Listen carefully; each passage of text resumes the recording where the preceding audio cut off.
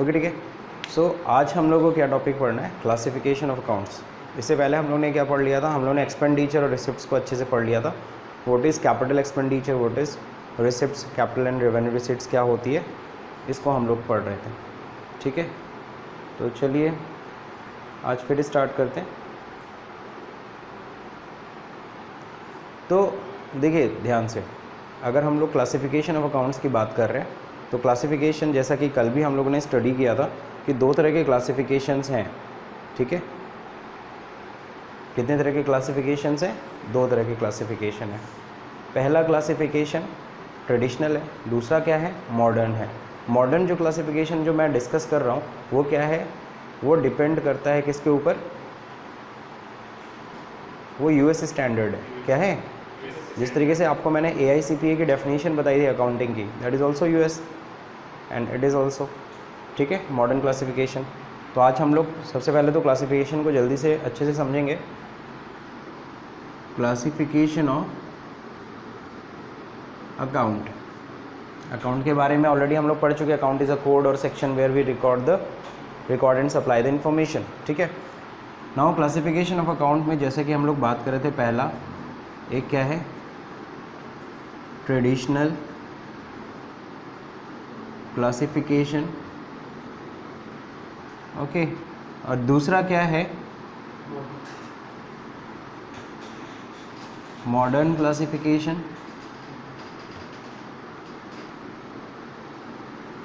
ठीक है, सबसे पहले हम लोग डिस्कस करेंगे आज ट्रेडिशनल क्लासिफिकेशन की। तो ये हम लोग को देखना आज ट्रेडिशनल क्लासिफिकेशन ऑफ अकाउंट। ठीक, तो अगर हम लोग बात करें तो अकाउंट्स को कितने हिस्सों में बांटा गया है? 3 हिस्सों में। ठीक है, सबसे पहला कौन सा अकाउंट होता है? Personal account, then real account, then nominal account. ठीक है, ये 3 तरह के अकाउंट्स होते हैं। अब पर्सन की बात करेंगे, पर्सन कितने तरह के होते हैं? तो जैसा कि अभी भी हमने डिस्कस भी किया, एक क्या होता है, नेचुरल पर्सन, एक क्या होता है, आर्टिफिशियल पर्सन, एक क्या होता है,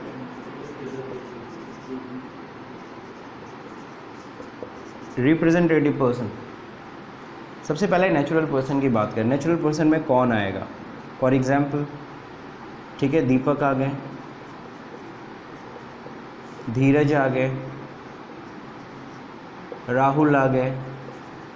आप लोग क्या हो? आप लोग नेचुरल पर्सन में आते हो। हम सभी लोग नेचुरल पर्सन हैं। तो हम लोग का जब खाता खुल रहा है, जब मैं आपका अकाउंट बना रहा हूँ, आपका अकाउंट बना रहा हूँ, आपका अकाउंट बना रहा हूँ, what is that? Personal account. ठीक है, अब अगर सपोज़ करो वोडाफोन, भाई मैं जाहिर है वोडाफोन का अगर मैं कस्टमर हूँ तो मैं उसका भी खाता बनाऊँगा, कितना उसका बिल हुआ, कितना उसको पेमेंट हुआ, कितना क्या हुआ, है ना। तो वोडाफोन क्या है? आर्टिफिशियल पर्सन, वो कोई इंसान तो है नहीं। What is artificial? मैंने कल बताया था, जो चीज़ मैन मेड है। क्या चीज़ है? मैन मेड, उसी को क्या कहते हैं? Artificial person. For example, Tata company, Reliance, Vodafone, even new era. What is this? ये सब क्या है? आर्टिफिशियल पर्सन है। ठीक है, नाउ नेक्स्ट रिप्रेजेंटेटिव में क्या आएगा सर? ये सबसे इंटरेस्टिंग, देखो आर्टिफिशियल नेचुरल तो तुम फटाक से डिफाइन कर लोगे, रिप्रेजेंटेटिव में ही थोड़ा सा कन्फ्यूज़न है, तो you should to clear about it. और रिप्रेजेंटेटिव में कभी फंसना मत। और यही एक ऐसा अकाउंट होता है जिसमें लोग फंस जाते हैं। इंटरव्यू में पहले ही पूछा था, what capital is which type of account, क्योंकि तुमने व्हाट टाइप ऑफ अकाउंट तो बता दिया सर, पर्सनल, रियल, नॉमिनल, लेकिन जब अगला क्वेश्चन पूछता है तुरंत कि capital is which type of account, तब दिमाग घूम जाता है, अरे ये क्या था, ये तो पर्सन भी नहीं लग रहा है, एसेट भी नहीं लग रहा है। तो कई लोग तो एसेट ही घुमा के बोल देते हैं, तो वो गलत है। बहुत से लोग एसेट बोल देते हैं, लेकिन ध्यान रखिएगा वो रिप्रेजेंटेटिव पर्सन है, तो यानी कि आप इसको क्या बोलेंगे? Personal account. ठीक है, जैसे कैपिटल, कैपिटल किसको रिप्रेजेंट करता है? बिजनेसमैन को, बिल्कुल सही। किसको रिप्रेजेंट करता है? बिजनेसमैन को। बिजनेसमैन जो अपने जेब से पैसा लगाता है उसको हम लोग कैपिटल कहते हैं। और कहीं भी कैपिटल लिखा हुआ है इसका मतलब समझ जाना ये ओनर का पैसा है। Drawing, it is also representative. Drawing भी लिखा है, समझ जाते हैं बिजनेसमैन ने निकाला है, तो ड्राइंग बिजनेसमैन को रिप्रेजेंट करता है। लोन, आउटसाइडर, यानी कि ये बिजनेसमैन का पैसा नहीं है, किसी से बाहरी से पैसा लिया हुआ, चाहे वो फाइनेंस कंपनी हो चाहे वो बैंक हो। तो बैंक और फाइनेंस कंपनी क्या है? पर्सन ही तो है। Now outstanding expenses. Outstanding expense मतलब जो बिल, जो खर्चे बकाया है, बिल आ चुका, बिजली का बिल घर पे आ गया है, बोर्ड टेलीफोन का बिल घर पे आ गया, लेकिन हमने पेमेंट नहीं किया है। ध्यान रखना, अब एक्सपेंस लिखा है तो हम फटाक से बोलते हैं नॉमिनल अकाउंट, यही गलत है और ज़्यादातर इंटरव्यू में पूछा जाता है। Outstanding expense is which type of account? Then everybody says nominal account. It is wrong, it is a personal account because outstanding है। आगे क्या लग गया है? आउटस्टैंडिंग। आउटस्टैंडिंग में बकाया है, बकाया किसका होगा? किसी पर्सन का होगा। अब बिजली का बिल है तो जाहिर बात है यूपी गवर्नमेंट, टेलीफोन का है तो जाहिर तो वोडाफोन या समथिंग का बकाया होगा, तो ये पर्सन है। अगेन ये पर्सन को, हाँ अगर हमने पेमेंट कर दिया तो वो खर्चा, तब वो एक्सपेंस, आगे आउटस्टैंडिंग नहीं लगा होना चाहिए। इसी तरह से होता है प्रीपेड एक्सपेंस। अगर हमने किसी का एडवांस पेमेंट कर दिया है, तो जब किसी को एडवांस देते ना, वो खर्चा नहीं है, वो मेरी एसेट है, ऐसे बोलते हैं ना। तो एडवांस किसको दिया? एडवांस किसी पर्सन को दिया है ना, कि हवा में फेंक दिया है, नहीं, किसी पर्सन को ही दिया है, तो एडवांस भी किसी पर्सन को ही रिप्रेजेंट करता है। तो प्रीपेड एक्सपेंसेस भी क्या होते हैं? पर्सनल। हाँ बिल्कुल सही, रिसीव। तो प्रीपेड भी किसी पर्सन को रिप्रेजेंट कर रहा है ना, कंपनी को या किसी पार्टी को हमने एडवांस दिया हो, है ना। फिर एक शब्द होता है एक्रूड, एक्रूड इनकम। फिर एक होता है अनएक्रूड इनकम। मैं सारा लिखा दे रहा हूँ ताकि आपको इसमें कोई कन्फ्यूज़न ना हो। अब ये मत कहना प्रीपेड एसेट है तो रियल अकाउंट, ना ना ना मत कहना गलती से भी, कि उसके साथ क्या लगा हुआ है? Expense. Accrued income, unaccrued income. Accrued income मैं ऐसे समझा दे रहा हूँ, आगे हम लोग को और डिटेल में पढ़ना है। एक्रूड इनकम का मतलब होता है जो इनकम हमने अर्न किया बट मिला नहीं है। हमने कमा तो लिया है, मैंने अपनी कंपनी में महीने भर काम तो कर लिया, लेकिन बंदे ने सैलरी नहीं दिया है, तो वो देखो मैंने महीने भर काम कर दिया ना, तो मेरी सैलरी तो इनकम हो गई बट मुझे मिली नहीं है। Income earn but not receive, ठीक है। तो एक्रूड इनकम है, तो जाहिर सी बात है ये भी पर्सन को रिप्रेजेंट करेगा। क्यों? क्योंकि उस व्यक्ति से हमें अभी क्या है? पैसा मिलना है। तो एक्रूड इनकम किसके अगेंस्ट है? कोई पार्टी होगी, कोई कंपनी होगी। अनएक्रूड इनकम जस्ट उल्टा कर लो, income not earn but receive, यानी अब मेरी लायबिलिटी बन गई उसका काम करना। हमने पैसा लेके रख लिया है, अगर मैंने पैसा लेके रख लिया है ना, बात समझ में आ गई कि नहीं आ गया? तो किससे लेके रखा हुआ है एडवांस? किसी पार्टी से ही तो लिया है। तो सर अगेन वो क्या है? पर्सन है। तो these all accounts are representative person account and don't confuse it. आपको इसमें कोई दिक्कत नहीं होगी, इसमें कोई दिक्कत आपको यहीं पे होने वाली है, इसलिए इस पे फोकस ज़्यादा करिएगा, ठीक है। टेंजिबल एसेट से रिलेटेड हो या फिर इनटेंजिबल एसेट्स,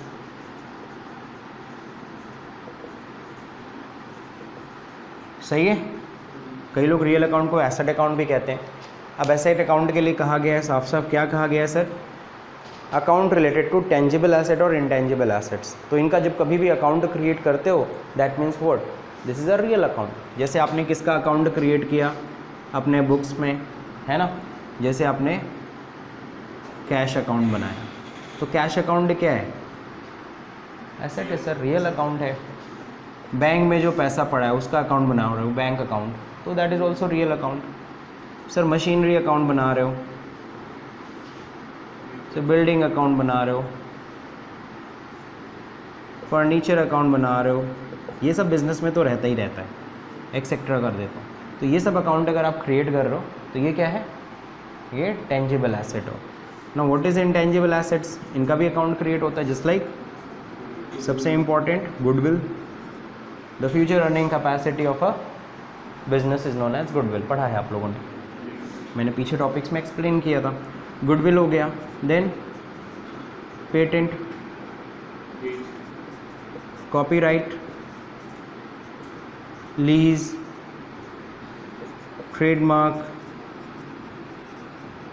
ओके, लाइसेंस, ठीक है, इतना काफ़ी है। तो these accounts are known as intangible assets. तो कंपनियां गुडविल अकाउंट भी क्रिएट करती हैं, पेटेंट अकाउंट हो गया, लीज अकाउंट हो गया, ट्रेडमार्क, लाइसेंस, तो these are the intangible assets. तो अगर हम अकाउंट इनका बना रहे हैं दैट मीन्स रियल अकाउंट में वो आ जाएगा, क्लासीफाई हो जाएगा। Now what is nominal account, चलिए समझते हैं। तो यहाँ पे बात किया जा रहा था एक्सपेंस एंड लॉस की, है ना। तो एक्सपेंस एंड लॉस जो होते हैं ना वो आ जाएंगे। और किसकी बात करेंगे हम लोग, इनकम एंड प्रॉफिट की। तो इनकम एंड प्रॉफिट्स आ गए यहाँ पे, ठीक है। Expense and loss, income and profit. तो चलिए देखते हैं एक्सपेंसेस एंड लॉस में क्या क्या होगा। सबसे मेजर एक्सपेंस कंपनी का क्या होता है भाई, बिजनेस परचेज किए तो सेल करेगी नहीं, तो परचेज़ क्या एक्सपेंस है आपका, मेजर एक्सपेंस परचेज है, परचेज़ करोगे नहीं तो बेचोगे क्या, अगर आप प्रोडक्ट का बिजनेस कर रहे हो तो, सही है। फिर आपको पता है अपने एम्प्लॉयज़ को वेजेस एंड सैलरी ये सब देना है, तो ये सब भी क्या है, एक्सपेंसेस है, ये सब मेजर एक्सपेंसेस होते हैं कंपनी के, ठीक है। अगर रेंट ओंट पे कुछ है तो रेंट एक्सपेंसेस हो गया। अब कुछ लॉस का भी ले लेते हैं, जैसे सबसे अच्छा loss abnormal loss, abnormal loss, abnormal loss हो गया, बैड डेब्ट्स हो गया, एक्सेट्रा, बहुत है। एबनॉर्मल लॉस, एक तो नॉर्मल लॉस होती है विच वी एक्सपेक्टेड कि हाँ भैया ये तो लॉस होना है, वो तो पता है नॉर्मल लॉस, उसके लिए हम कोई खाता नहीं बनाते, कोई अकाउंट नहीं क्रिएट करता है। हाँ सडनली देखो जो एक्सपेक्टेड है कि ये लॉस होना है, normal loss. Which is unexpected, those loss which are unexpected, unexpected, मुझे इसका कोई अंदेशा ही नहीं था, उसको हम लोग क्या कहते हैं, एबनॉर्मल लॉस। और एबनॉर्मल लॉस का अकाउंट खुलेगा। फॉर एग्जांपल अगर सपोज़ करो पेट्रोल, या हम सपोज़ करो हमारा पेट्रोल का बिज़नेस, तो हम डायरेक्ट ट्रक मंगाते हैं, तो जब वहाँ से आता है बैतालपुर से, बैतालपुर क्या है डिपो है बेसिकली, सॉरी, गोरखपुर में जो पास का डिपो है बैतालपुर है, तो वहाँ से बैतालपुर, वो विक्रम बैताल वाली बात नहीं कर रहा हूँ, ठीक है, देवरिया के पास है बैतालपुर, तो वहाँ पे है, वहाँ से आता है हमारा डीजल पेट्रोल। तो वहाँ जब आता है तो ना 5-6 लीटर ना छलक जाता है टैंक से, तो जो 5-6 लीटर छलक जाता है टैंक से, वो जो लॉस है वो नॉर्मल लॉस है। लेकिन वो टैंकर आ रहा था, एक्सीडेंट हो गया, तेल सारा गिर गया, what is that, abnormal loss, which is unexpected. पता होता तो मैं ट्रक को निकलने ही नहीं देता, ठीक है। तो इस तरह की चीज़ें होंगी, आग लग जाना, है ना, फ्लड आ जाना, उसके द्वारा भाई मेरा माल सारा ख़राब हो गया, तो ये सब क्या हो गया, एबनॉर्मल लॉस हो गया। क्लियर हो गया, abnormal loss which is unexpected. Bad debts, debts means debtor की बात कर रहे हैं हम, देनदार की बात कर रहे हैं। देनदार 3 तरह के होते हैं, एक गुड डेटर होते हैं, एक बैड डेटर होते हैं, एक डाउटफुल डेटर होते हैं। तो गुड डेटर है जिनसे पैसा कंफर्म है मिल जाएगा, बैड डेटर्स गया नहीं मिलना तो डूब गया सर। और एक होता है डाउटफुल, मिलेगा लेकिन पूरा नहीं मिलेगा, कुछ ना कुछ जाएगा, कितना जाएगा पता नहीं है, तो ऐसे लोग को डाउटफुल कहते हैं। तो यहाँ बैड डेट्स, जो पैसा डूब गया मेरा, डेटर भाग गया, नहीं दिया पैसा, ठीक है, तो इसको हम बैड डेट्स, ये भी एक तरह का लॉस है ना हमारे बिजनेस के लिए। चलो, तो एक्सपेंस एंड लॉसेस के एग्जांपल देख लें। अब चलिए बात करते हैं हम लोग इनकम की। तो सबसे पहला इनकम आपको पता है सेल होगा। अगर आप सर्विस का बिजनेस कर रहे हो तो फीस ले रहे होगे, फीस रिसीव, है ना, या फिर कह लो फी रिसीव, तो ये हो गया। बैंक से अगर इंटरेस्ट मिल गया, इंटरेस्ट रिसीव, तो ये सब इनकम है। कमीशन रिसीव, बहुत सारी चीज़ें हो सकती है। हाँ डिविडेंड, बिल्कुल सही, डिविडेंड, तो ये प्रॉफिट का आ गया। Dividend is what, profit.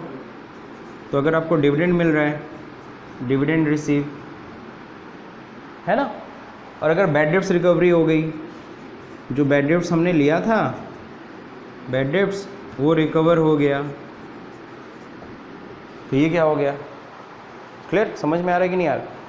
तो ये सब हमारे इनकम्स एंड प्रॉफिट के लिए सर जब हम लोग इनका कभी खाता क्रिएट करते हैं तो दैट मीन्स नॉमिनल अकाउंट। तो मेरे ख्याल से क्लियर हो गया क्लासिफिकेशन, ठीक है? Personal account, real account and nominal account. What classification we are learning? Exactly traditional classification जो बहुत पहले से चली आ रही है और हम लोग सभी लोगों ने, आप सभी लोगों ने पढ़ा है, हमने भी पढ़ा हुआ है। ओके, मॉडर्न क्लासिफिकेशन जाहिर सी बात है इंडिया में कम फॉलो होता है, यूएस स्टैंडर्ड पे ज़्यादा, यूएस में वही चलता है, ठीक है? तो चलिए इसे आप क्लिक कर लीजिए, ज़रूरी चीज़ है। ओके, सो रब कर दूँ?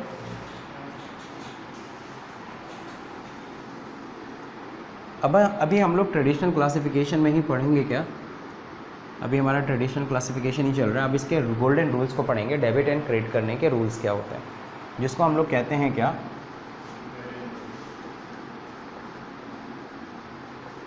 Golden rule of account,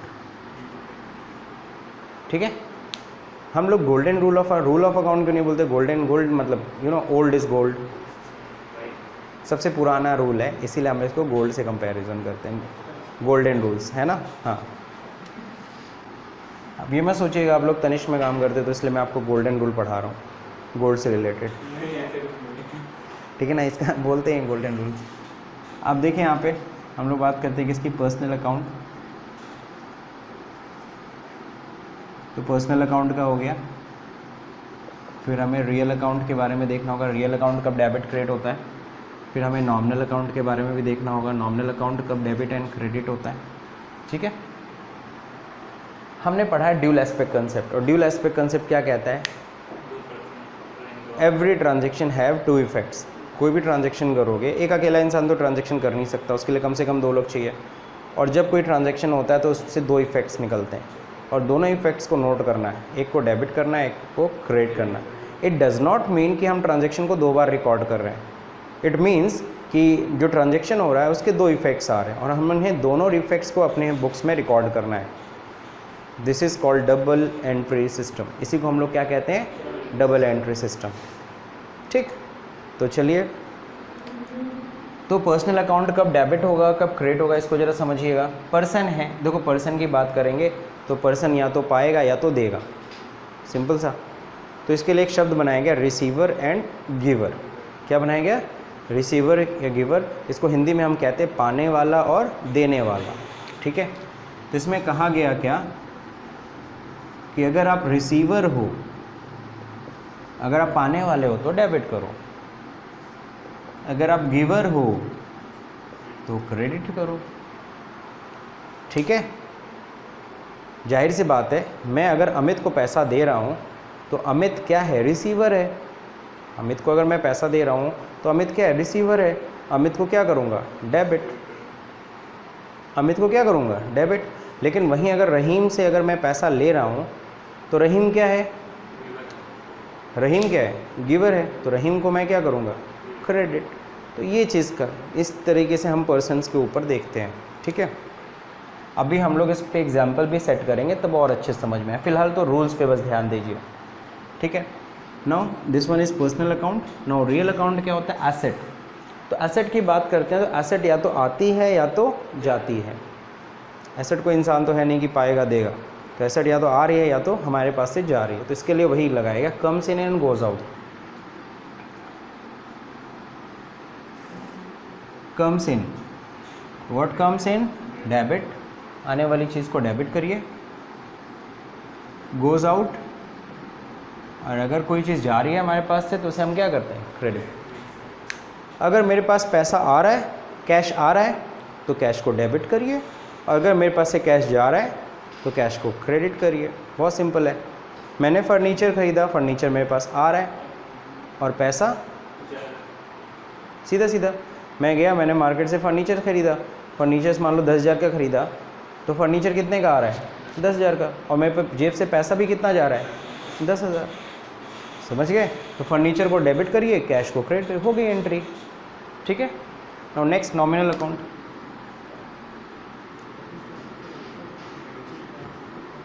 expense and loss, जितने भी एक्सपेंस एंड लॉस होते हैं उसको हम क्या करते हैं? डेबिट। और इनकम एंड प्रॉफिट को क्या करते हैं? क्रेडिट। जब भी हमारे पास एक्सपेंसेस होंगे, लॉसेस होंगे, you know debit means minus, minus ही हो रहा है, ऐसे कह सकते हो, समझ सकते हो। और इनकम प्रॉफिट होगा तो प्लस होगा तो क्रेडिट होगा, यू कैन से, है ना। इस तरीके से हम इस टेक्निक से इसको दिमाग में रख सकते हैं। ठीक है। नाउ अब एक क्वेश्चन सबसे बड़ा ये उठता है कि सर क्यों रिसीवर को डेबिट कर रहे हैं, क्यों गिवर को क्रेडिट कर रहे हैं? Why? Stop, don't think more about it, it is golden rule, you have to just follow. हाँ, rule is rule, but sir something, some logic behind it, I think yes there is a logic, but you can not understand in this time. अभी नहीं समझोगे, अभी आप लोग नहीं समझ पाओगे। वहीं मैं जब अगर मॉडर्न क्लासिफिकेशन पढ़ाता तो मैं रूल्स बताते समय ही आपको पढ़ा देता कि what is the logic behind it.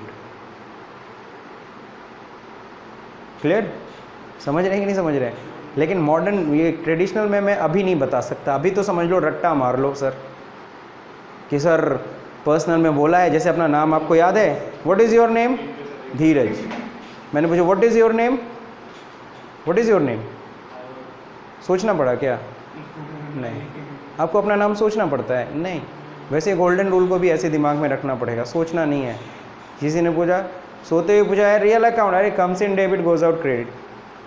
कोई आप सो भी रहो, कोई सोते हुए तुम्हें इस तरीके से ध्यान देना, सोते हुए तुमसे क्या नाम है? राहुल नाम है, जाओ, है ना। बात समझे? इस तरीके से गोल्डन रूल को अपने दिमाग में फीड कर लेना। फिलहाल मैं लॉजिक नहीं बताऊंगा। हाँ, कुछ एंट्रीज जब हम लोग कर लेंगे देन आपको मैं लॉजिक्स बताऊंगा, what is the logic behind it. वैसे क्वेश्चन का जवाब है, कोई आपसे पूछे what is debit and what is credit, what is debit and what is credit, शायद हम लोग ने पढ़ा था। कोई आपसे पूछता what is debit and what is credit, the simple answer is you know what is account, this one is account, T. अगर हम अकाउंट का ये साइड बोले तो इसको क्या बोलोगे? Left side. इसको क्या बोलोगे? Right side. तो सिंपल आंसर है, अगर किसी को, अगर कोई आपसे इंटरव्यू में पूछो what is debit and what is credit, the left hand side of account is known as debit, the right hand side of account is known as credit. Simple answer. Account के left hand side को debit कहते हैं, right hand side को credit कहते हैं। कहीं भी account बनता है यही चीज़ होती है। कभी ऐसा नहीं हुआ होगा कि आपने अकाउंट बनाया इधर क्रेडिट आ गया हो। पूरा सेंटेंस बोलेगा साहब। हाँ, left hand side of account, what is this? T is what? Account है ना। तो अकाउंट के लेफ्ट हैंड साइड को डेबिट कहते हैं, अकाउंट के राइट हैंड साइड को क्रेडिट कहते हैं। But it is not correct answer. ठीक है, आप दे तो दिए, इंटरव्यूअर भी खुश होकर आगे बढ़ जाएगा, वो आपसे और कुछ जिरह नहीं करेगा।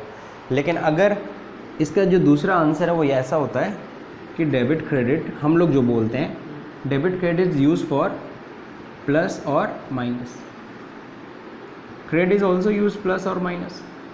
Sometimes debit means plus, sometimes debit means minus, sometimes credit means plus, sometimes credit means minus. चलिए अभी अब कंफ्यूज हो गए। अब इसको ऐसे समझ लो, कोई चीज़ अगर हम लोग इस धरती पे जन्म लिए हैं तो जाहिर से बात है हमें एक समय के बाद यहाँ से, सही है, अगर बर्थ हुआ है तो डेथ भी होगी। अब इस बर्थ डेथ के बीच में जो काम कर लो, या तो प्रणब मुखर्जी बन जाओ या तो एक आम इंसान की तरह गुमनाम हो जाओ। ठीक है, तो खैर, तो बात समझ में आ रही कि नहीं आ रही? तो सिंपल सी चीज़ है, जो आया है भाई जीवन की, ये क्या बोलते हैं इसको इंग्लिश में, एक universal truth. This is the universal truth. आप आए हो तो जाना है, तो जाहिर सी बात है सबके साथ यही है। पैसा हमारी जेब में आता भी है तो जाता भी है। कोई भी चीज़ क्या नहीं है, अमर नहीं है, हर चीज़ नश्वर है। ठीक है ना। खैर मैं सत्संग नहीं कर रहा हूँ, ठीक है ना, ये मत सोचना। तो यहाँ पे देखो, यहाँ पे अकाउंट्स में क्या चीज़ है ना, कोई चीज़ अगर आज डेबिट हुई है, कोई चीज़ अगर आज डेबिट हुई है तो कल को क्रेडिट होगी। अगर कोई खाता डेबिट से प्लस हुआ है ना तो वो क्रेडिट से क्या होगा, माइनस। और अगर कोई चीज़ क्रेडिट से बढ़ी है तो उसको डेबिट से हमें माइनस करना होगा। कोई चीज़ आता है तो जाता है, जैसे अभी अभी आपने रियल अकाउंट में पढ़ा, कैश आ रहा है तो डेबिट करोगे, तो आ रहा है तो बढ़ा ना, जा रहा है तो क्या हो रहा है, माइनस, ख़त्म हो गया पैसा। 10,000 आया, 10,000 गया, ख़त्म। तो कोई चीज़ अगर कोई अकाउंट अगर आज क्या हो रहा है, प्लस हुआ है तो कल को माइनस होगा, डेफिनेटली माइनस होगा। अगर मेरे ऊपर उधार चढ़ा है, उधार को हम लोग बोलते हैं क्रेडिट, मैं आज उधार लिया ना, मैंने आज अगर लोन लिया बैंक से तो मेरा क्रेडिट चढ़ गया। मैंने 1 लाख रुपए का लोन लिया तो मेरे ऊपर क्रेडिट चढ़ गया, सर लोन यहाँ पे क्रेडिट होगी और मेरे ऊपर ये लोन चढ़ गया। और जैसे मैं लोन चुकाऊंगा तो लोन को माइनस करना होगा। वो माइनस कैसे होगी, अगर डेबिट क्रेडिट से प्लस हो रही है तो डेबिट से माइनस होगी। दोनों एकदम अपोजिट है, डेबिट से प्लस हो रहा है तो क्रेडिट से माइनस, क्रेडिट से प्लस हो रहा है तो डेबिट से माइनस। इसीलिए हम लोग बोलते हैं sometimes debit means plus, sometimes debit means minus, sometimes credit means plus, sometimes credit means minus. Is that clear? लेकिन अगर इंटरव्यू में ये आंसर दिए ना तो वो क्वेश्चन पे क्वेश्चन करता जाएगा, इसीलिए हम लोग नहीं देते हैं ये आंसर। इंटरव्यू में हम लोग बस इतना बोल देते, the left hand side of account is known as debit, the right hand side of account is known as credit, that's it. क्योंकि ये देने जाओगे तो वो और पूछेगा तुमसे, ठीक है। हाँ, अगर वो सेटिस्फाई नहीं होता then you can give your answer, तब आप ये आंसर दे सकते हो। अगर वो आपके इस आंसर से सेटिस्फाई नहीं है तो, because every interviewer have not same mind, सबका सेम माइंड नहीं है, सब अपने अपने तरीके से सोचते हैं, ठीक है। तो हम उसके हिसाब से हम आंसर देंगे। तो कुछ कुछ तो डेबिट क्रेडिट का मतलब समझ में आ गया होगा, कुछ कुछ डेबिट क्रेडिट का मतलब समझ में आया ना। डेबिट मीन्स प्लस तो क्रेडिट मीन्स माइनस, और अगर क्रेडिट मीन्स प्लस तो डेबिट मीन्स माइनस। चलिए खैर, इसको जब हम लोग एंट्री करेंगे तो और अच्छे से समझेंगे। ये हो गया हमारा golden rule. Sir golden rule तो समझ में आ गया, sir how to apply it in the transaction. जब कोई ट्रांजैक्शन मिलेगा तो इस रूल को अप्लाई कैसे करना है, इसको भी तो समझना है। तो जरा देखो यहाँ पे, before apply golden rules we have to keep some points in our mind। समझ में आ गया होगा मैं क्या करना चाह रहा हूँ। अब क्या है कि अगर इस गोल्डन रूल को तुम अप्लाई करने जा रहे हो तो तुम्हें कुछ पॉइंट्स भी ध्यान में रहने चाहिए, और ये 4 पॉइंट है घूम फिर के। इस 4 पॉइंट्स को ध्यान रखना हमेशा जब भी गोल्डन रूल को अप्लाई करना। सबसे पहला ये क्या कहता है, जब भी आप गोल्डन रूल को अप्लाई करो तो ये ध्यान रहे, अगर मैं बिजनेसमैन हूँ या मैं बिज़नेस का अकाउंट बना रहा हूँ तो मैं अपने बुक्स के अंदर अपने बिज़नेस का नाम नहीं मेंशन करूँगा या बिजनेसमैन का नाम मेंशन नहीं करूँगा कभी भी, क्योंकि मुझे पता है ये मेरी ही बुक है। आप जब अपनी कॉपी बनाते हो तो टॉप पे लिख देते हो ना अपना नाम, कॉपी पे क्या लिख देते हो, लिख देते हो राहुल। अब फिर क्या हर पेज पे जाके लिखते हो क्या, नहीं सर ऊपर तो लिख दिया ना, हो गया। तो इस तरह से कंपनी की बुक्स होती है ऊपर लिख दिया जाएगा क्या, इन the books of Reliance company, in the books of, तो ऊपर लिख दिया ना कंपनी का नाम। अब अंदर पेज पे कहीं कंपनी का नाम नहीं, जो भी ट्रांजेक्शन हो रहा है वो कौन कर रहा है, वो रिलायंस कंपनी कर रही है, ठीक है। तो कहने का मतलब क्या है, हम बुक्स के ऊपर ही लिख देते हैं कंपनी का नाम, तो अंदर कहीं कंपनी का नाम यानी जिस कंपनी की हम ट्रांजेक्शन कर रहे हैं उसका नाम हम बुक्स के अंदर नहीं लिखते हैं, ठीक है। तो यहाँ पे देखो, we never use the name of business और बिजनेसमैन विद इन द, ये छोड़ो आगे तो जा ही सकते हैं, within the books of account. समझ गए कि नहीं समझ गए, क्लियर हो गया।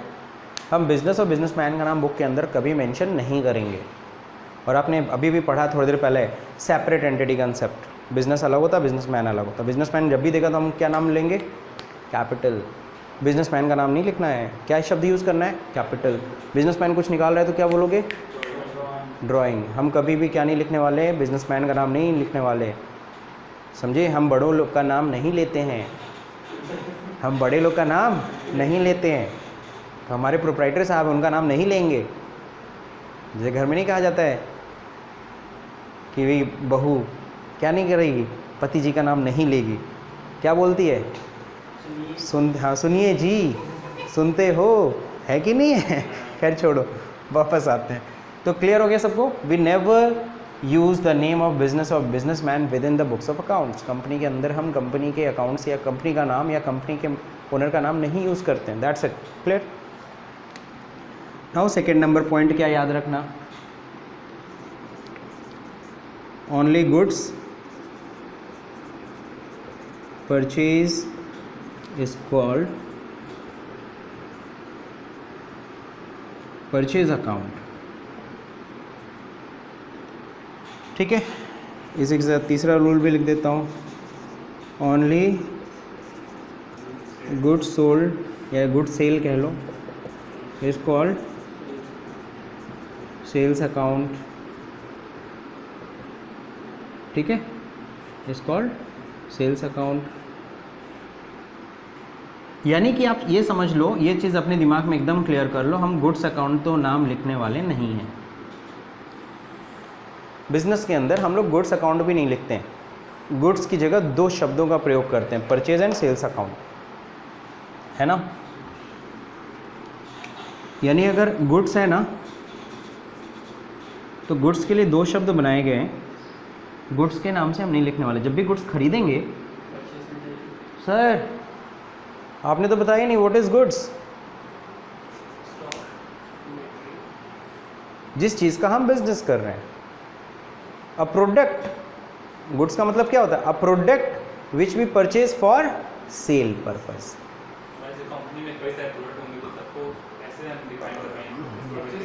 कोई भी प्रोडक्ट जो हम खरीद रहे हैं बेचने के पर्पस से, that is called our goods.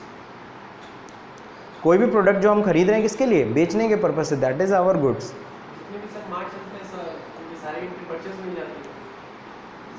अगर सपोज करो हम कोई चीज़ ऐसा परचेज जो ऑफिस में यूज़ करना है, तो वो थोड़ी ना हो जाएगा गुड्स। अगर मैं मान लो कंप्यूटर का ही बिजनेसमैन हूँ, मैंने 10 कंप्यूटर खरीदे, 8 कंप्यूटर बेचने के लिए, 2 कंप्यूटर अपने ऑफिस में यूज़ करने के लिए, then that 8 computers become goods, but these 2 computers become asset. Clear?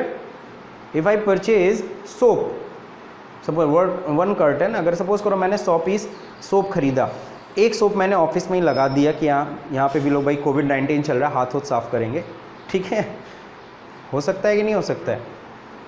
Then what happen, क्या हुआ, तो जो 99 पीस है वो हमारे लिए गुड्स हो गया, जो एक पीस है वो क्या है हमारे लिए। अब इसको एसेट मत बोलना, साबुन है सर, एसेट बोलोगे, एक्सपेंस है, क्या है, एक्सपेंस है, एसेट नहीं बोलोगे।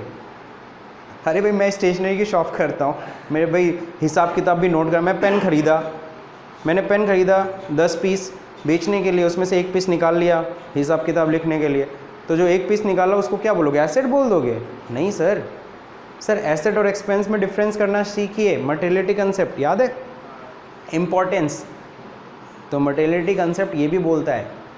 अब ये आपका कॉमन सेंस, जो अकाउंटेंट होता है उसका कॉमन सेंस बताता है कि what is asset and what is expense, दोनों में डिफरेंशिएट बहुत ज़्यादा फ़र्क नहीं है। अब किस चीज़ को तुम्हें खर्चा दिखाना है, किस चीज़ को एसेट दिखाना है, it is depend on the common sense of your mind. और अगर कॉमन सेंस नहीं लगाओगे तो साबुन को एसेट दिखा दोगे। बिल्कुल सही, बिल्कुल सही, बिल्कुल सही। एसेट तो आपको डिसाइड करना है ना, you are the accountant of the company, तो योर कॉमन सेंस सेज अच्छा ये तो एक्सपेंस है, छोड़ो हटाओ, इसको एक्सपेंस में दिखाना है, इसको क्या दिखाना है, इसको हम एसेट में दिखाएंगे। तो कॉमन सेंस में एक चुटकुला भी शायद आप लोगों को बताया भी था, तो उसमें एक चुटकुला है, ठीक है ना। एक साहब रहते हैं, ठीक है, एक साहब रहते हैं, वो कहते हैं क्या, वो जैसे कि एक साहब, अब मैं उसमें नहीं, किसी कम्युनिटी का नाम नहीं लूँगा, ठीक है ना, कम्युनिटी का उसमें नाम है। तो एक साहब रहते हैं, उनका नाम रहता है लल्लू लाल। तो लल्लू लाल जी क्या करते हैं, उनको आता नहीं है, तो जी क्या ट्रेन में सफ़र कर रहे होते हैं, तो खड़े होते हैं थोड़ा अजीब तरीके से, तब तक पीछे वाला कहता है यार तुमको कॉमन सेंस नहीं है, कैसे खड़ा होते हैं ट्रेन में। तो लल्लू जी को समझ नहीं आता ये क्या होता है, तो उसने पूछ दिया सर ये क्या होता है, कॉमन सेंस क्या होता है। तो अब उसको आता है और गुस्सा जो पीछे वाला बंदा रहता है, तो कॉमन सेंस समझना है, तुमको कॉमन सेंस नहीं पता है। तो कहता हाँ नहीं पता है। तो कहते हैं ठीक है चलो दीवार पे हाथ रखो, वहाँ पे ट्रेन के में जो वॉल रहती है उस पर कहता है इस पर हाथ रखो, तो उस पर हाथ रखता है, वो नहीं रखता है खुद रखता है वो। कहता है अब उनसे लल्लू जी से मारिए, तो लल्लू जी पूरा, हम कहते हैं पूरा दम लगा के मारिए। लल्लू जी वैसे भी गुस्साए रहते हैं, क्या है कि उसको टोका रहता है, मारते खूब तेज, जैसे ही मारते खूब तेज वो हाथ हटा लेता है। अब लल्लू जी को लग जाता है हाथ में चोट अच्छे से, बात समझे। तो बोलता है सर इसी को कहते हैं कॉमन सेंस। अब लल्लू जी को समझ में आता है अच्छा इसी को कहते हैं कॉमन सेंस। अब वो जाते हैं घर पे, अब अपने मिसेज से बोलते पता है आज मैंने एक नई चीज़ सीखी है। क्या चीज़ सीखा है, कहते कॉमन सेंस सीखा है। अच्छा, तो अब क्या करते हैं लल्लू जी, कहते हैं अब कुछ मिलता नहीं, उन्होंने दीवार वाल तो रहता है, उन्होंने सीधे अपने हाथ पे गाल पे हाथ रखा और अपने मिसेज से कहा मारो खूब तेज से। तो जानते हो वाइफ तो वैसे भी बहाना चाहती, किसी तरह से मिल जाए कोई बहाना, लगाती खूब तेज चपेट, जैसे ही खूब तेज मारती हाथ हटा लेते हैं। अब मतलब समझ में आया उनको, अभी भी नहीं समझ में आया व्हाट इज़ कॉमन सेंस, लेकिन आप लोगों को मेरे ख्याल समझ में आ गया होगा व्हाट इज़ कॉमन सेंस। तो ये अकाउंटेंट का कॉमन सेंस डिसाइड करेगा कि what is expense and what is asset. Clear, समझ में आ गया सबको, ठीक। खैर गुड्स के लिए दो अकाउंट हमने बनाया, पहला कौन सा, परचेज। जब भी हम गुड्स परचेज करेंगे उसको हम परचेज अकाउंट नाम देंगे, और जब भी हम सेल्स करेंगे तो उसके लिए हम क्या यूज़ कर रहे हैं, सेल्स अकाउंट। आगे और पढ़ोगे परचेज रिटर्न और सेल रिटर्न भी होता है, लेकिन वो बाद में पढ़ेंगे, अभी नहीं। तो गुड्स को दो नाम से, हम गुड्स अकाउंट कभी भी क्रिएट नहीं करना है, कभी गलती से भी गुड्स अकाउंट मत क्रिएट करने लगिएगा। गुड्स की जगह पे दो अकाउंट क्रिएट होंगे, परचेज एंड सेल्स, ठीक। ओनली गुड्स परचेज, और गुड्स का मतलब आप लोगों ने समझ लिया। Now fourth and last rule, ठीक है। अब ये लास्ट पॉइंट आपको क्या ख्याल रखना है, सर लास्ट पॉइंट यही है कि सबसे इम्पोर्टेंट यही है कि जब भी कोई भी ट्रांजैक्शन होता है तो ज़रूरी नहीं कि उसमें एक अकाउंट काम करे, एक से ज़्यादा अकाउंट भी काम करे। उसमें हो सकता है सिर्फ रियल अकाउंट ना हो, पर्सनल अकाउंट भी हो और रियल अकाउंट दोनों, तो दोनों के रूल को अप्लाई करना। कभी कभी ऐसा भी ट्रांजैक्शन मिलेगा जिसमें सिर्फ एक ही अकाउंट काम करेगा, सिर्फ रियल अकाउंट, तो सिर्फ रियल अकाउंट के रूल को अप्लाई करना। लेकिन अगर कभी कभी ऐसे भी ट्रांजैक्शन मिलते हैं जिसमें पर्सनल, रियल, नॉमिनल तीनों दिखेंगे, तो तीनों के रूल्स को अप्लाई करना, छोड़ना मत किसी को। जितने अकाउंट वर्क कर रहे हैं उस ट्रांजैक्शन के अंदर, उस ट्रांजैक्शन के अंदर जितने वो अकाउंट हो उन सभी के रूल्स को अप्लाई करिए, ठीक है ना। Many transactions are related to more than one account, at that time we follow all that affected accounting rules। नहीं समझ में आया। मिनी ट्रांजैक्शंस आपको मिलेंगे मोर देन वन अकाउंट, जो किससे रिलेटेड होंगे, मोर देन वन अकाउंट, उसमें पर्सनल भी है, रियल भी है ना। At that time we follow all that affected accounting rules, तो उसमें जितने अकाउंट्स वर्क कर रहे हो उन सभी के अकाउंट्स के रूल को फॉलो करना है। सर नहीं समझ में आया, नहीं समझ में आया, कोई दिक्कत नहीं, एग्जाम्पल से समझते हैं। तो इस पर मैंने तुम्हें आपको 3 एग्जाम्पल मैं आपको समझाऊंगा, तीनों एग्जाम्पल समझ में आ जाएगा आपको, एक तरह से जनरल एंट्री भी समझ में आ जाएगी। तो उन 3 एग्जाम्पल्स पे आप लोग फोकस करिएगा। मिटा दो, क्लिक करना है, क्लिक कर लीजिए। तो सिर्फ गोल्डन रूल को ही मत ध्यान दीजिएगा, गोल्डन रूल के साथ साथ इन पॉइंट्स का भी ध्यान रखना है आपको कि हमें अपने बुक्स में अपना नाम नहीं यूज़ करना है, गुड्स की जगह हम परचेज या सेल्स अकाउंट शब्द यूज़ करेंगे, और बहुत सारे ट्रांजैक्शंस होंगे जिसमें एक से ज़्यादा अकाउंट्स काम कर रहे होंगे, तो हम उन्हीं सभी के अकाउंट्स के रूल्स को फॉलो करने वाले हैं। तो मैं इसे मिटा रहा हूँ। अब इसके एग्जाम्पल हैं, 4th वाले पॉइंट के ही मैं एग्जाम्पल में सेट करने जा रहा हूँ, ध्यान रहे, ठीक है।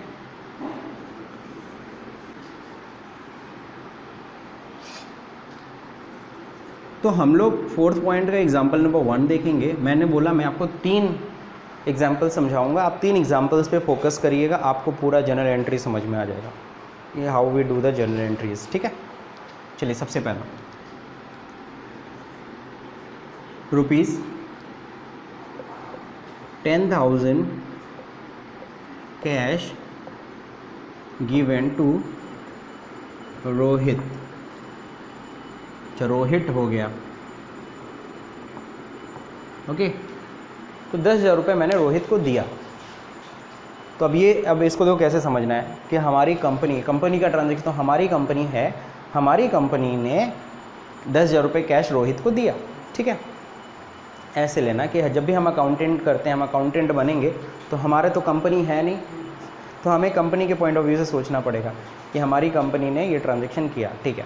अब सबसे पहला क्या होता है, याद है अकाउंटिंग का आपने डेफिनेशन पढ़ा था, accounting is an art of identifying.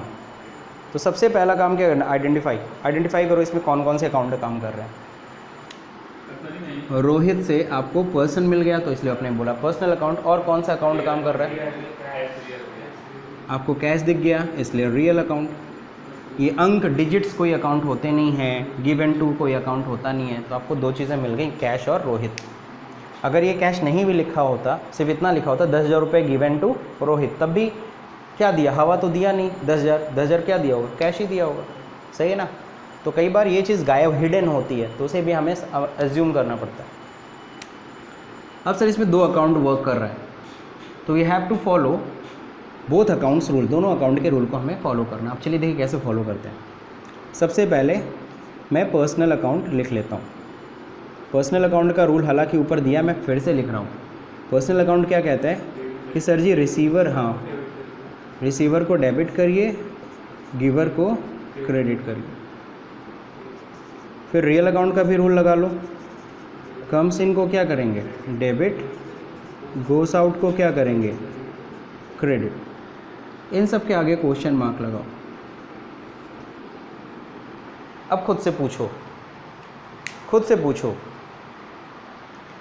जब हमने कैश रोहित को दिया, जब हमने रोहित को कैश दिया है 10,000 रुपये, रिसीवर कौन है, आंसर मिला ना, कौन है रिसीवर, सर रोहित।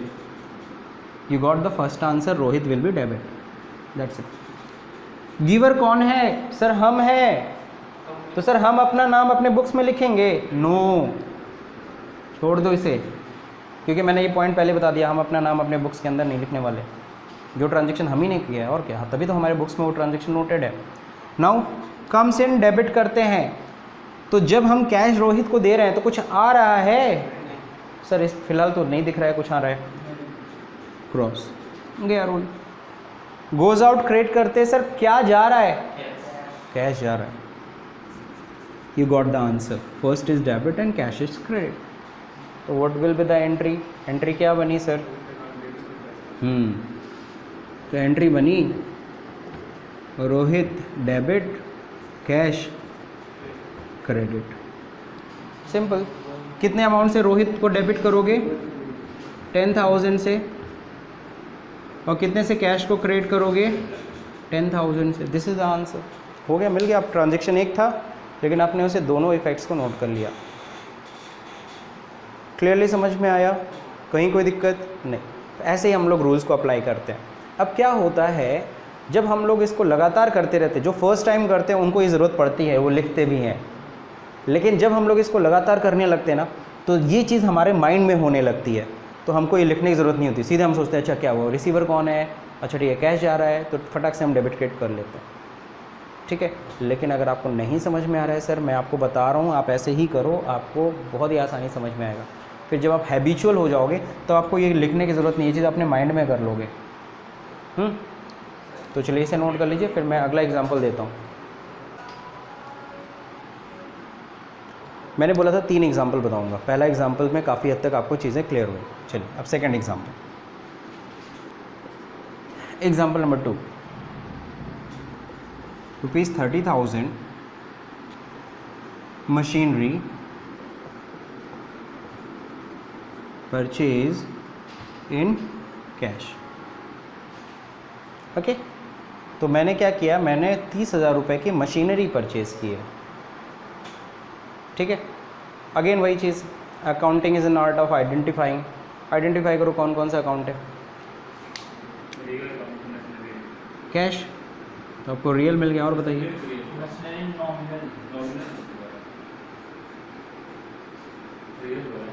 नॉमिनल तब होता है अगर गुड्स लिखा होता है, गुड्स नहीं है ये, गुड्स खरीद रहे हैं तो वो खर्चा है, गुड्स बेच रहे हैं तो वो इनकम है, वो नॉमिनल अकाउंट होता है। लेकिन यहाँ कहीं गुड्स मेंशन नहीं किया, आपको पता नहीं है वो मशीन का बिजनेस होता है कि नहीं होता है, तो हम ये क्या मानेंगे, एसेट। सर यहाँ एक ही अकाउंट है, मैंने जानबूझ के एक ही अकाउंट का रूल दिया है यहाँ पे, सिर्फ एक अकाउंट काम कर रहा है। कौन सा अकाउंट है सर, रियल अकाउंट। ना रियल अकाउंट का क्या रूल होता है, comes in debit goes out credit. Now put the question mark. अब पूछो क्या आ रहा है क्या जा रहा है। ठीक है, आंसर मिल गया, मशीन आ रहा है, जा क्या रहा है, क्या मिला आंसर, मशीनरी डेबिट हुई, कैश क्रेडिट। अच्छा, सबके आगे क्या लिखाते हैं, अकाउंट लिखते हैं जरूर, खाता ही तो बनाओगे ना, कैश अकाउंट बनाओगे और मशीन का खाता खोल रहा हो, ठीक। हाँ, किसके नाम के आगे अकाउंट नहीं लगाते हैं, पर्सन के आगे, जो नेचुरल पर्सन होते हैं उनके नाम के आगे अकाउंट नहीं लगाया जाता है, ठीक है, ये चीज़ बस ध्यान रखो। बाकी सबके लिए अकाउंट शब्द यूज़ करना। पर्सन, नेचुरल पर्सन के सामने खासकर अकाउंट मत लगाना, और अगर कभी भी अकाउंट लगाने की ज़रूरत है, अगर तुम्हें टाटा कंपनी या समथिंग के सामने अकाउंट लगा रहे हो तो एपोस्ट्रॉफी एस यूज़ करना, एपोस्ट्रॉफी एस, ठीक है। चलिए, तो यहाँ तक बात समझ में आ गई। ये दूसरा एग्जाम्पल भी सिंपल है, ठीक है, नोट कर लीजिए। नाउ थर्ड पॉइंट, इसको प्रॉपरली, अभी हमने इन दोनों का कॉम्बिनेशन बता दिया है ना, इसका अकेले बता दिया, अब इन दोनों का भी कॉम्बिनेशन एक कर लेते हैं हम लोग। जैसे हर कंपनी में होता है, सैलरी खर्चा होता है, सैलरी पेड ₹1,50,000, ठीक है।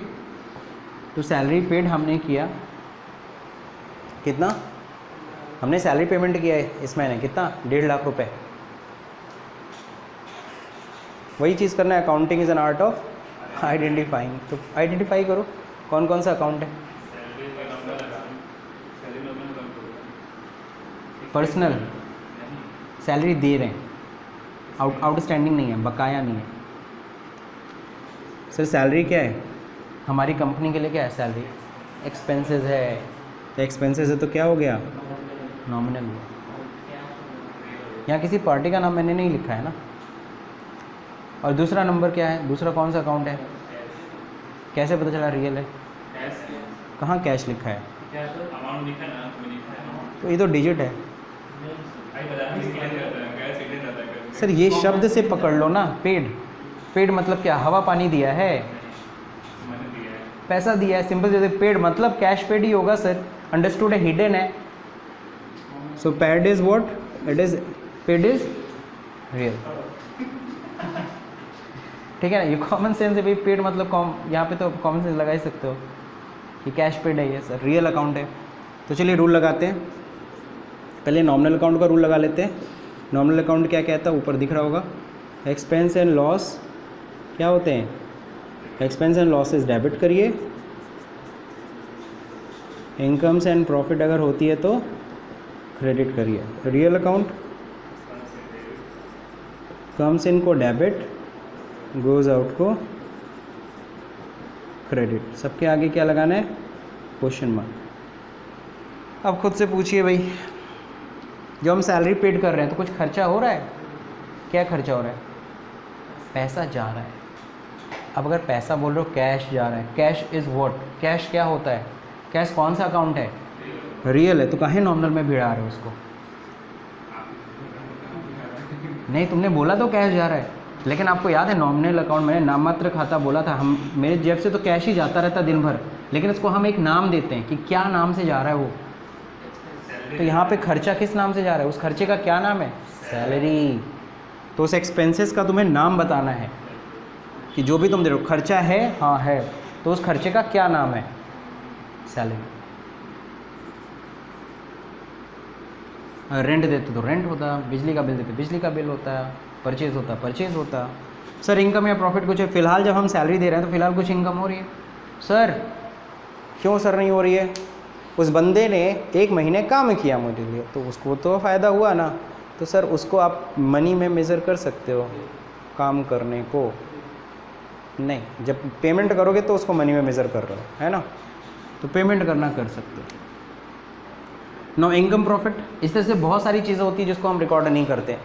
हमने खाना खाया कितने का, 200 रुपये की थाली खाई, इसको रिकॉर्ड कर सकते हैं, लेकिन वो थाली बड़ी ही लजीज थी, बड़ा ही शानदार उसमें पनीर था, बड़ा ही शानदार उसके अंदर गुलाब जामुन था, इस चीज़ को तुम मेंशन अकाउंट में नहीं कर सकते। क्वांटिटेटिव चीज़ को अकाउंट में, क्वालिटेटिव चीज़ को अकाउंट्स में तुम रिकॉर्ड नहीं कर सकते। क्वांटिटेटिव चीज़ को ही सिर्फ अकाउंट्स में रिकॉर्ड किया जा सकता है। Is that clear? समझ में आया? तो क्वालिटेटिव चीज़ की अकाउंटिंग नहीं होती सर, किसकी अकाउंटिंग होती है? क्वांटिटेटिव चीज़ की। Is that clear? चलिए, इनकम एंड प्रॉफिट सर कुछ नहीं, फिलहाल सैलरी पेड कर रहे हैं सर, कुछ इनकम कुछ प्रॉफिट नहीं दिख रही है। सर जब सैलरी पेड कर रहे हो तो कुछ कम सीन हो रहा है, कुछ आ रहा है? सर नो सर कुछ नहीं आ रहा है। कुछ जा रहा है? हाँ सर जा रहा है। अब क्या आ रहा है? कैश। और अगर कैश तुम यहाँ लिखते तो नॉमिनल में कैश होता ही नहीं, वो गलत होता। अब समझ में आया? तो सैलरी क्या है? डेबिट है, कैश क्या है? क्रेडिट है। तो सिंपल से हमें आंसर मिल गया। सैलरी के साथ अकाउंट लगाएंगे ना, salary account debit, cash account credit. 1.5 lakh, 1.5 lakh. हाँ तो कैश तो जा ही रहा है ना, गोज़ आउट मतलब जा रहा है। जो क्या चीज़ जा रहा है? जो हम सैलरी दे रहे थे क्या जा रहा है? नगद नारायण जा रहे हैं। हाँ एक्सपेंसेस, दो अलग अलग चीज़ें होती है, एक्सपेंस और लॉस। तो सैलरी जब हम देते हैं तो सैलरी क्या होता है हमारे लिए? सैलरी खर्चे की तरह है, सैलरी खर्चे की तरह है। तो ये 3 ट्रांजेक्शन्स मैंने आपको बताए, ठीक है। चलिए, अच्छा क्वेश्चन है आपका। आपने पूछा कि सर सैलरी अगर हम 10 लोगों को दे रहे हैं तो 10 लोगों को एक ही नाम से दिखा देंगे, सैलरी के नाम से। अब जैसे होता क्या है, हम लोग हर चीज़ की, याद है आपको मैंने बताया था समरी, मंथ में हम मोटा मोटी इतना सैलरी दे रहे हैं, तो हमारे लिए भाई एक मैनेजमेंट को जानना ये ज़रूरी है कि भाई कितना हमने सैलरी इस महीने दिया। उसे ये नहीं जानना है किसको कितना दिया। बात समझे? किसको कितना दिया ये अगर कभी मैनेजमेंट मांगता है तो उसके लिए हम एक एक्सेल शीट बनाते हैं। क्या बनाते हैं? एक्सेल शीट, जहाँ पे हम सारे एम्प्लॉयज़ का अलग अलग हिसाब मेंटेन करते हैं, जिसको हम लोग कहते हैं पेरोल। क्या बोलते हैं? पेरोल।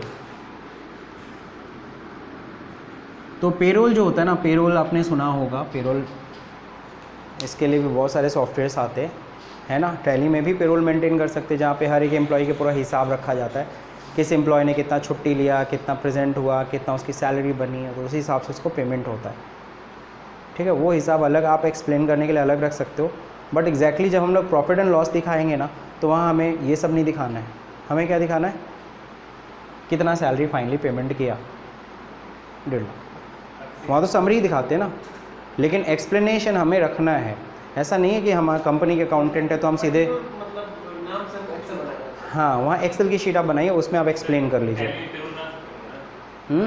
हाँ टैली में पेरोल है, बट मैंने आप लोगों को टैली का पेरोल का मैंने वीडियो बना रखा ऑलरेडी, यूट्यूब पे जाके आप देख सकते हो, लेकिन उसमें कुछ कमियां हैं जिसकी वजह से मैं आपको बोलता हूँ उसे नहीं यूज़ करना, है ना। उतना बहुत प्रॉपर नहीं है, लॉस पुराने हैं। हो सकता है कि जो पेड वर्जन हो उसमें उन्होंने अपडेट कर दिया हो, लेकिन फ्री वर्जन में तो सही नहीं है। मैंने वहाँ बाकायदा एक्सप्लेन कर रखा है, क्योंकि जो चेंजेस होते रहते हैं ना, वो तुरंत चेंजेस टैली में अपडेट नहीं होते या करते नहीं लोग। कई कैलकुलेशन, ESI के कैलकुलेशन में वहाँ मिस्टेक हो रही है, इसी वजह से मैं टैली को अवॉइड करता हूँ। बाकी पेरोल के लिए बहुत सारी कंपनियाँ सॉफ्टवेयर बनाती है, पे सॉफ्ट करके एक सॉफ्टवेयर है ना, पे सॉफ्ट है, और भी बहुत सारे सॉफ्टवेयर्स हैं। पीपल सॉफ्ट है, पीपल सॉफ्ट एक सॉफ्टवेयर है। बाकी अगर आप सैप चला रहे हो तो सैप में तो सब कुछ है, सैप में तो पूरे बंदे का, एम्प्लॉय का पूरा डिटेल हम लोग मेंटेन करते हैं। आपने किया भी था उसमें, है ना, आपने सैप पढ़ा है ना। क्लियर करें?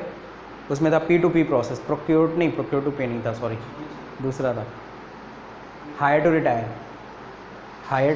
रिटायर प्रोसेस पढ़ा था। खैर वापस आते हैं टॉपिक पे। अकाउंट्स में मेरे ख्याल से जनरल एंट्रीज क्लियर हो गई, और इसमें कैसे हमें यूज़ करना है, कैसे अप्लाई करना है, ये भी आपको समझ में आया। अब आप अपने, मैं आपके लिए मैं आपको कुछ क्वेश्चन दे रहा हूँ, ये आप खुद करना है। अगर आप कर ले रहे हो समझ जाना तुम्हें जनरल एंट्री समझ में आ रही है, अगर नहीं कर पा रहे हो तो समझ जाना कि अभी भी मेरे को थोड़ा सा डाउट है। तो मैं इसे मिटा दूँ।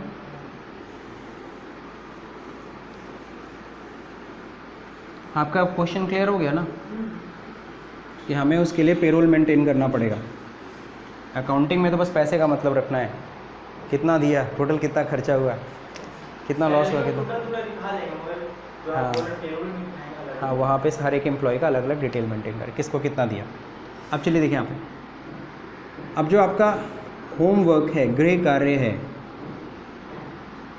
गृह कार्य बचपन में हम लोग पढ़ते थे, होमवर्क है, तो आपको क्या करना है sir, find out debit and credit from the following transaction.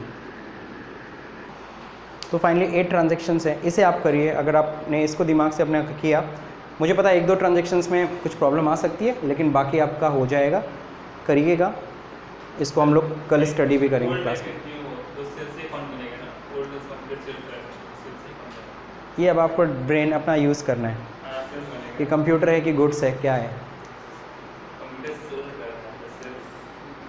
ये अपने दिमाग से यूज़ करिएगा। मैं इसीलिए मैं छोड़ रहा हूँ ताकि मेरे को भी पता चले आपको कितना समझ में आ रहा है ना। अगर भाई जाहिर सी बात है मैं होमवर्क क्यों दे रहा, इसलिए ताकि आप करेंगे तो मुझे पता चले आपको कहाँ तक आपको समझ में आ रहा है, कहाँ नहीं है, तभी तो मैं उस पर वर्कआउट करूँगा, तभी तो आपके उस कन्फ्यूज़न को मैं क्लियर करूँगा। ठीक, तो आज की क्लास यहीं पे समाप्त। Today's class is over.